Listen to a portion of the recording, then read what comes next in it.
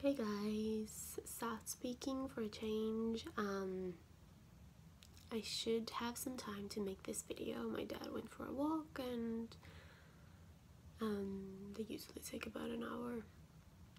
I just came from the shower and dried my hair for this video. I'm gonna get my lashes done today, but I didn't want to wait. I wanted to get this video over and done with, so I don't really know what to. It's just gonna be a ramble about a lot of things that I don't really even have a clue yet. I'm just gonna do it and see where we end up. But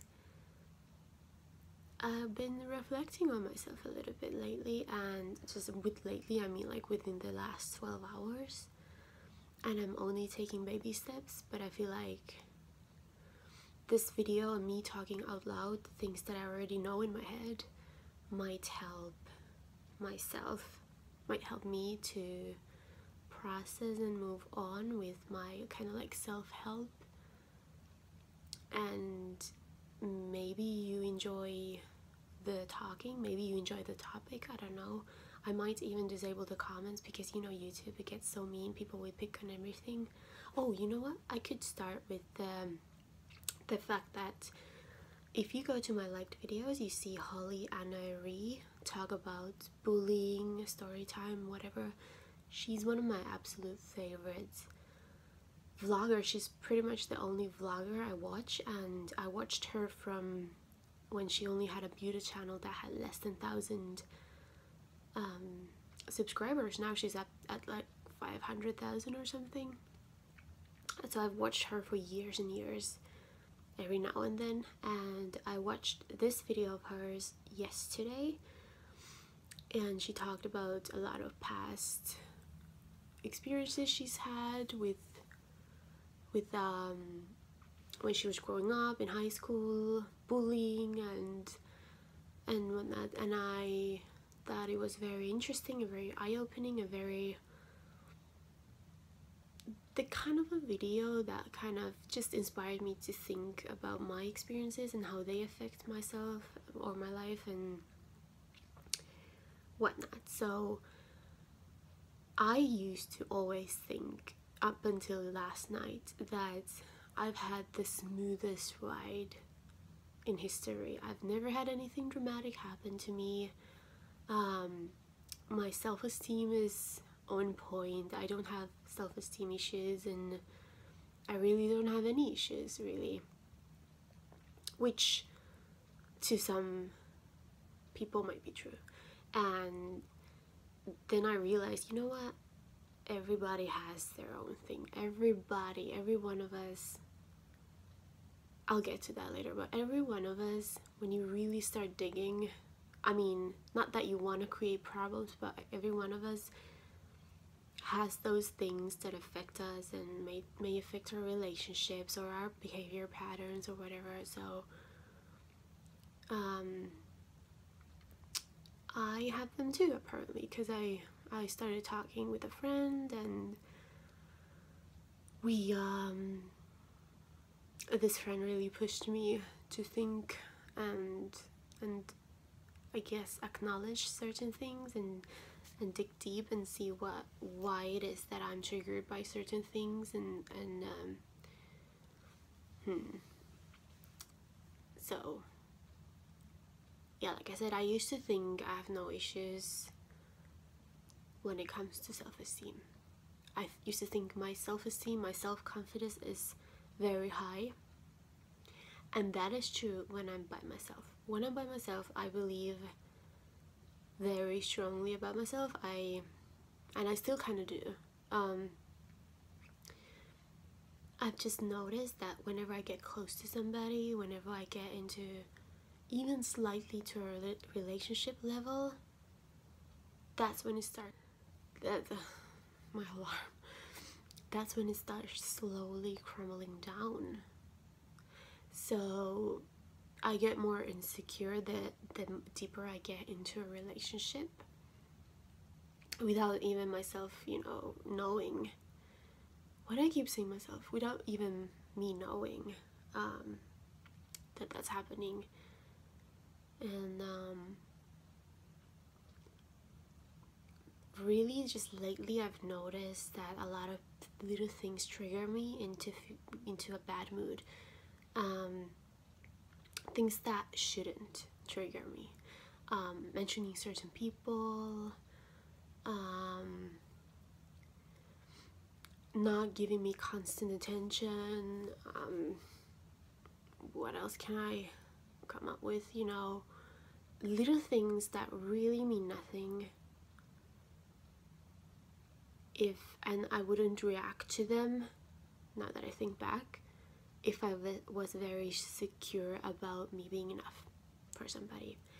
But I don't think that's the way my mind works. I think my mind works in a way where if I don't get constant phone calls, if I don't get constant reassurance from somebody I'm dating that I am the one, and there's nobody else, and whatever, cuddled with all that reassurance, I get insecure, and I get that feeling of, okay, I must be second best to whatever or whoever.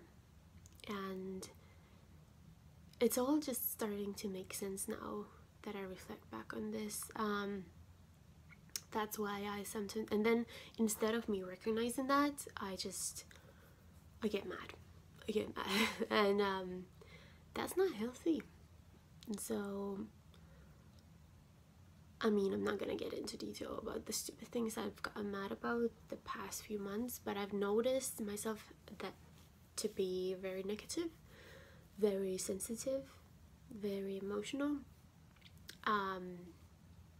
First I thought, you know, maybe it's hormonal, maybe it's this and that, but really I think it's just things that I haven't processed, things that I haven't accepted in me, such as, on some level, I am very insecure in relationships, and I hate the feeling of, I guess, becoming second best to anything. And I actually went back to as far as high school. I mean, the grades that we were in from 7 to 9, so 3 years in high school, when my best friend of the whole elementary school, my only friend, we were like always together, the two of us. And when we went to high school on 7th grade, she pretty much abandoned me for better friends, party friends, and she would only hang out with me on classes because we were in the same class and her other friends weren't.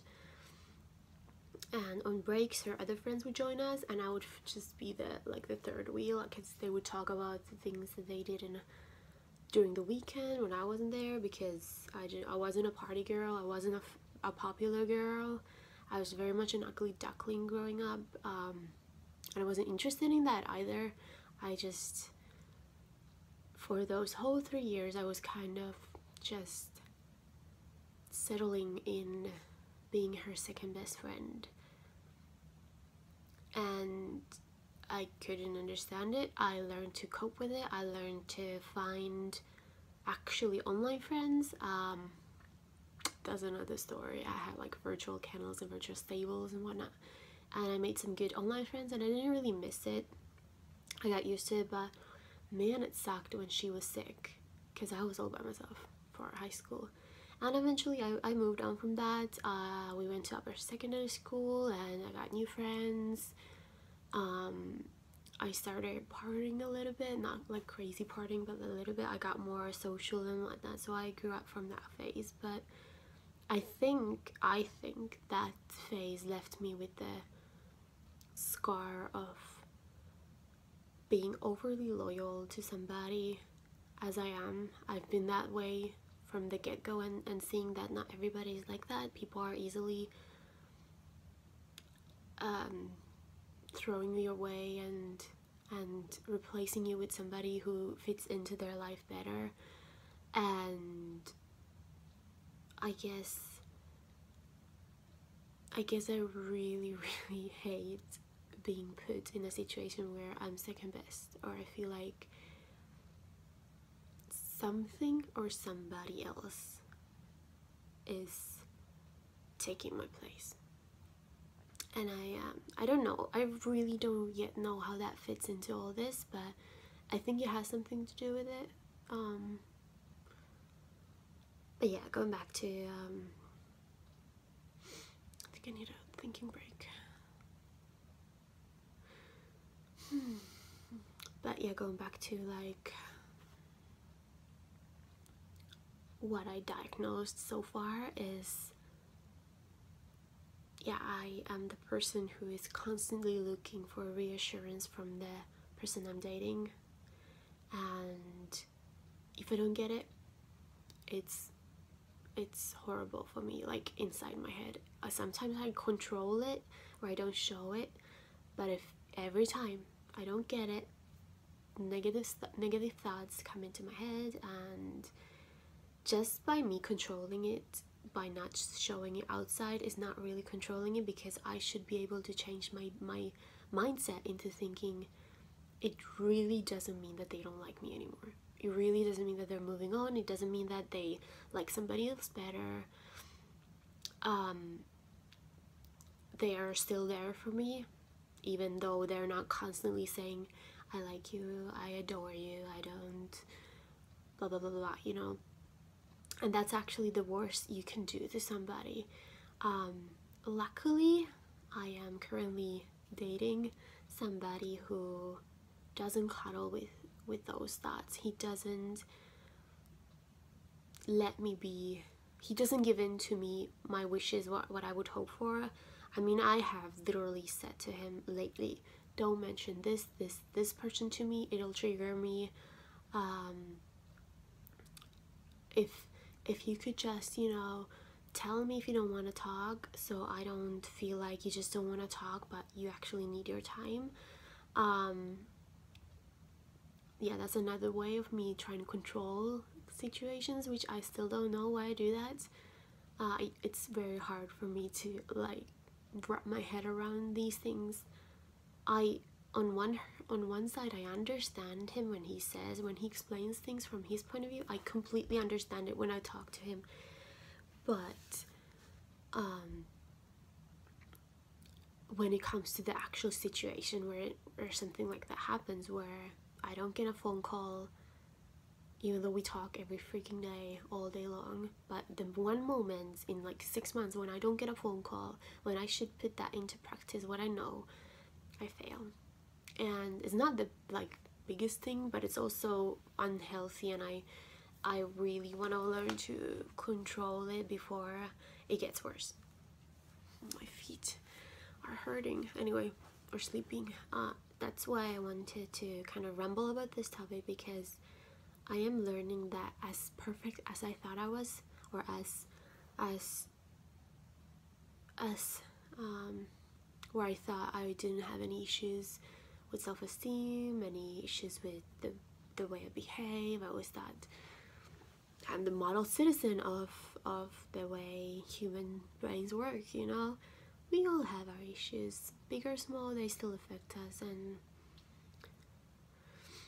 this is very, very small for people who actually suffer from depression, I guess, or real anxiety or other stuff. And I definitely don't feel like I qualify for actual, you know, stuff, have actual, how would I put this, like I wouldn't qualify for talking to a psychologist, definitely not. Like, I would just be stupid, because there are people who need help, but it never hurts to reflect on yourself.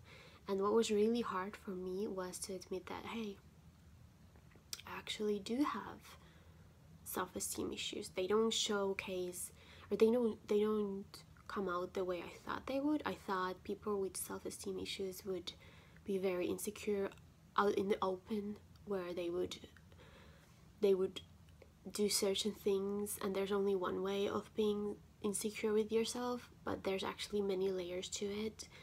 And mine definitely kind of become clear as I'm trying to let somebody else love me, which is when I then think, okay, I love myself the way I am, but how could you love me the way I am? Because I know my faults. I know I don't always look cute. I grew up as definitely as an ugly duckling. I was never beautiful when I grew up. There are still moments where I see myself the way I saw myself when I was in high school, or whenever somebody takes a picture of me and I wasn't ready for it. I know my good angles, but if somebody else takes a picture, I cringe. And those are things that I also didn't want to really face, but starting to realize I can't run from them. I should, oh my god, look, I should really just accept it. And that's the hardest part, is to accept and acknowledge and admit that, yeah, my self-esteem is not on the highest level that I thought it was. It's not, definitely not on the level where I don't want to leave the house either. I can fake it real good too at times, but and there are times when I do believe that I look beautiful, for example, but there's just a lot of things that actually need work. And the last thing I noticed was just me admitting that to myself and realizing that is the root of all the reactions, all the triggers I have.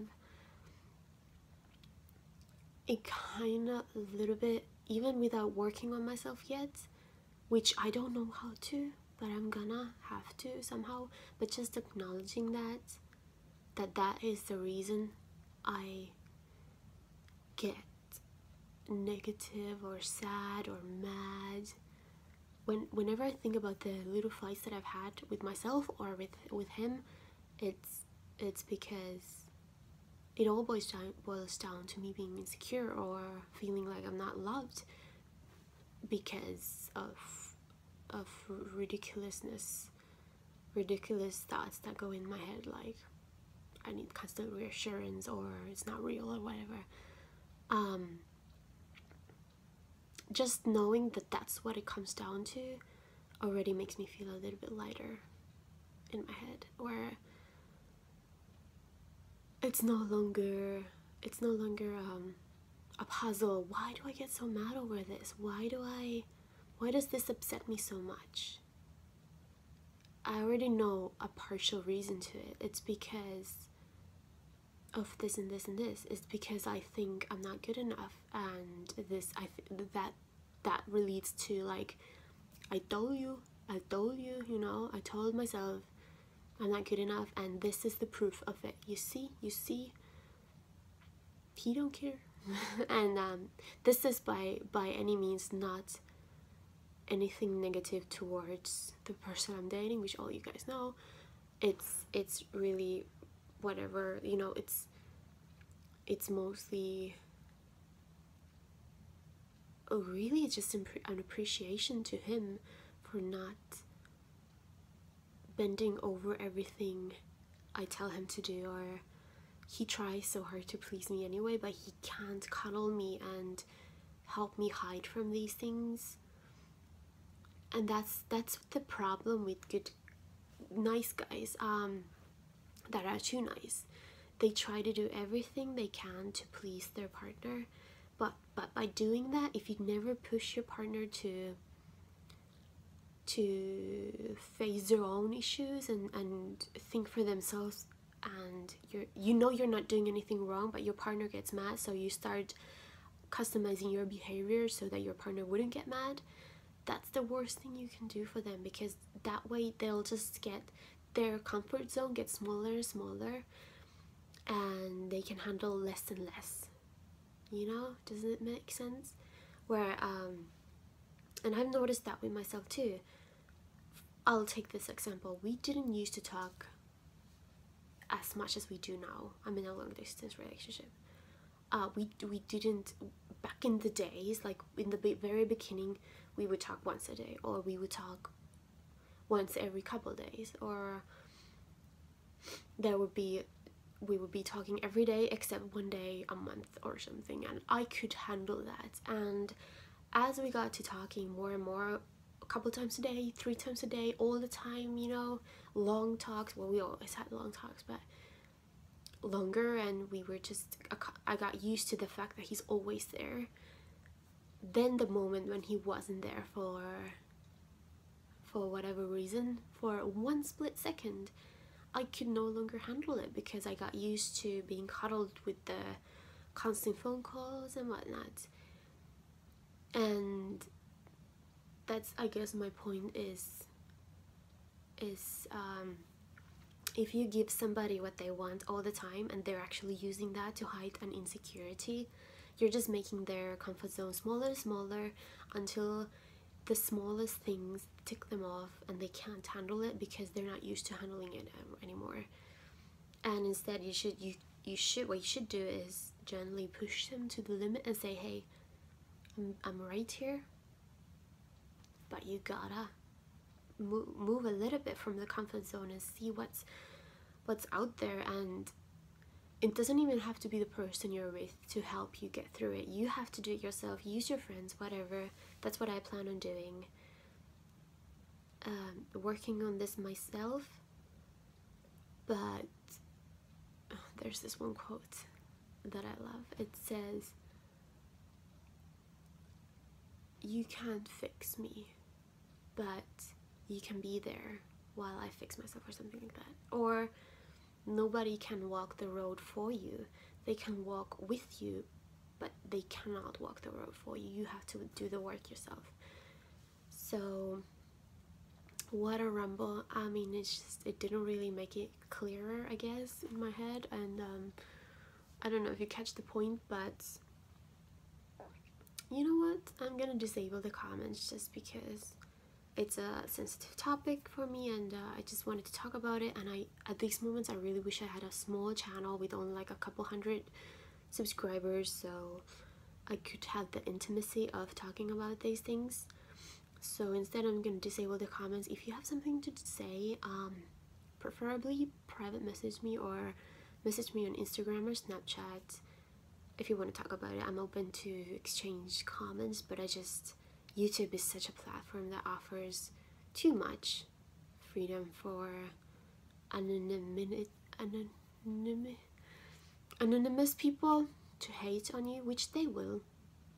That is YouTube. That's actually what Holly Anayri has also mentioned in her videos a lot, how she still gets online bullied because it's YouTube, and you cannot please the trolls, you cannot please the haters. They will take anything you say and twist it into something bad. So she is very selective about what she shares, and I can definitely relate to that. But this time I just wanted to do this for me, and maybe for you guys who enjoy my soft speaking, and thus I'm gonna disable the comments, so I'll talk to you in other platforms if you feel like you wanna share your experiences or something. So yeah, what a rumble. But I managed to do this, and I'm not sure if I'll touch this subject again. But at least it got out of my mind for now, so mission accomplished. Alright, bye guys.